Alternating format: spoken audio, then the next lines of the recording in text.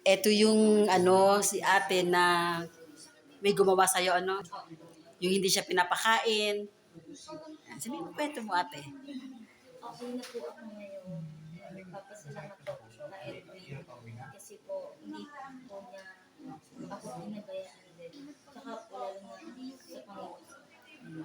Siya yung ano, yung maraming sugat sa mukha, sa kamay, sa katawanan, buong katawan. Tapos yung, ang higit sa lahat, yung bibig na talagang puro ng sugat, hindi ka pinakain, ano. Ngayon, naka-lipstick na si ate. Dati, puro sugat ang bibig niyan. Kung matatandaan po ninyo, siya po yung ginamot na sa video na talaga namang sugat yung bibig niya. Talaga hindi niya maibuka. Nasabi niya nung habang ginagamot siya, may lumabas na, ano yung parang lumabas? Laman po. Lumabas sa'yo sa habang ginagamot ka.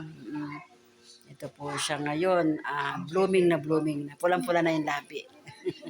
Magaling na si ate. Nakikita niyo po ang video niya no nakaraang buwan. December yun ano? Opo, December 8, ay December. Basta December, nung last December po 2023. Kasi nung unang punta po namin dito, December 8 po yun, yung hindi pa po niya nahuli yung. Yung makuhula mo. Tapos yung pangalawang balik mo, saka nahuli ano. Ito si ate oh. Galing na. Konting-konti na lang yan. Pag wag ka lang mapawalan ng langis, bago ka matulog yun na lang ang ilagay mo. Opo, yun nga po. Mas maganda nga, nagawin mo lotion eh. May limit lang po. Oh, yun nga lang. Sige ha.